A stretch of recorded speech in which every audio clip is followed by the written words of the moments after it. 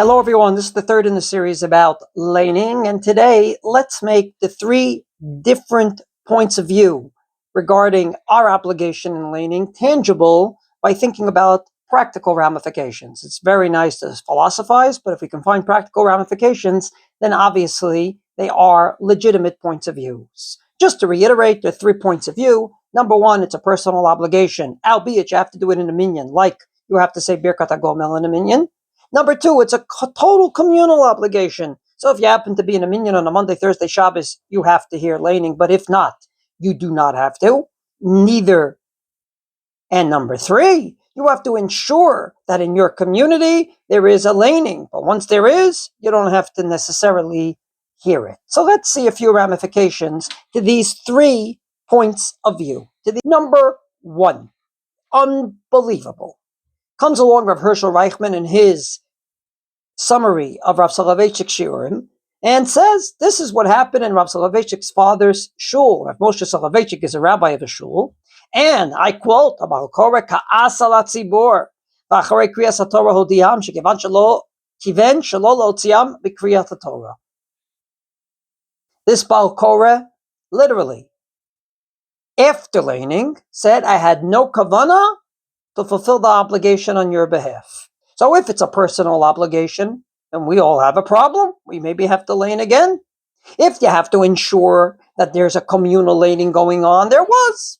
And if you say it's a total and other communal obligation, then of course that makes no difference what kavanah he says. And that's exactly how Rav Moshe Soloveitchik understood it. Quoting from Rav Hershel Reichman's summary, ופסק הגאון רב משה זצ"ל שאינם מחויבים לחזור ולשמוע קריאת התורה משום שיצאו גם בלי כוונת הקורא להוציאם. דין קריאת התורה מתקיים בזה שהתורה נקראת בציבור ולא צריך כוונת הבעל קורא להוציא את הציבור, והראיה לכך הוא שקטנו למניין זין. In other words, this has to be a communal laning. It's not a personal obligation, but the obligation of the shul. The shul had it, and therefore I can care less what kavanah the Baal Koreh had or didn't have. Point positive, even someone on the bar mitzvah can be the laner. So that's ramification number 2. A minyan took place in the morning with laning, and now a few people came along and said, we didn't hear laning yet. This actually comes out of an Italian teshuva called the Mishpatei Shmuel. Rav Shmuel Kalai, his year is 1500 to 1585, so we're talking about one of the early Achronim. He was in Italy and Turkey, and he says the following.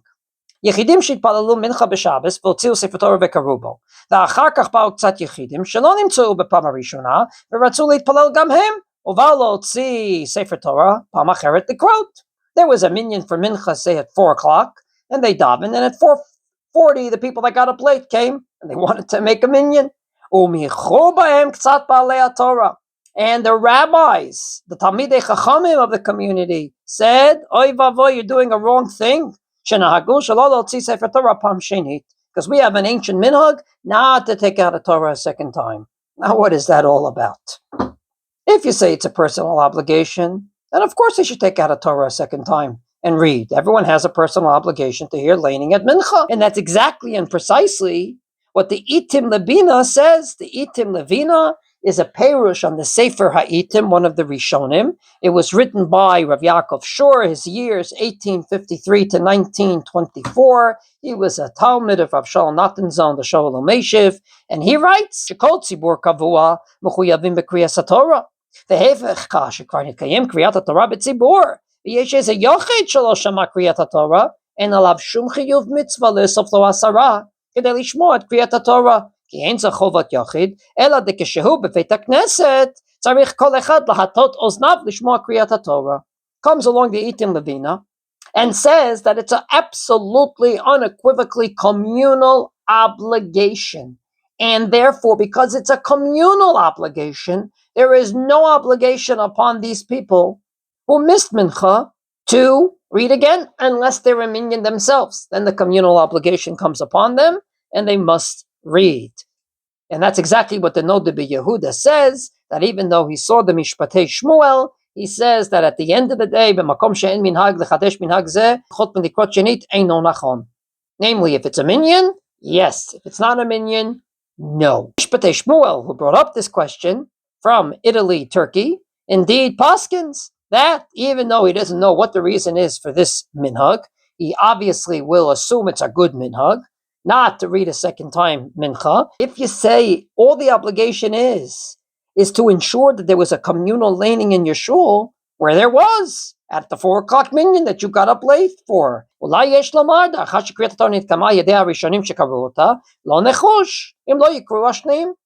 Maybe your obligation is only to ensure there's a communal laning. There is, like the Rogachover said, therefore there's no reason to lane again. There was a communal laning at 4 o'clock, there's no reason to lane at 4:30. So, on this very interesting question, one is, of course they have to read again. It's a personal obligation. The other is, if they're a minyan, of course they have to read again. The communal obligation is upon their heads, like the Itim Levina says. The third point of view is the Mishpatei Shmuel, who brought up the question, who says, maybe like the Rogachover, it's just an obligation to make sure there's a laning. If there was at 4 o'clock, good enough for that mincha, for that Shabbos. But the biggest question is going to be, must you have 10 people that didn't hear laning in order to lane later? Namely, if 2 people, 3 people didn't hear laning in the morning, and at mincha they want to make it up, is that good enough? Or no? You need 10 people that didn't hear laning in order to lane at mincha, because then, and only then, will this communal obligation come upon you. More about that the next time we speak.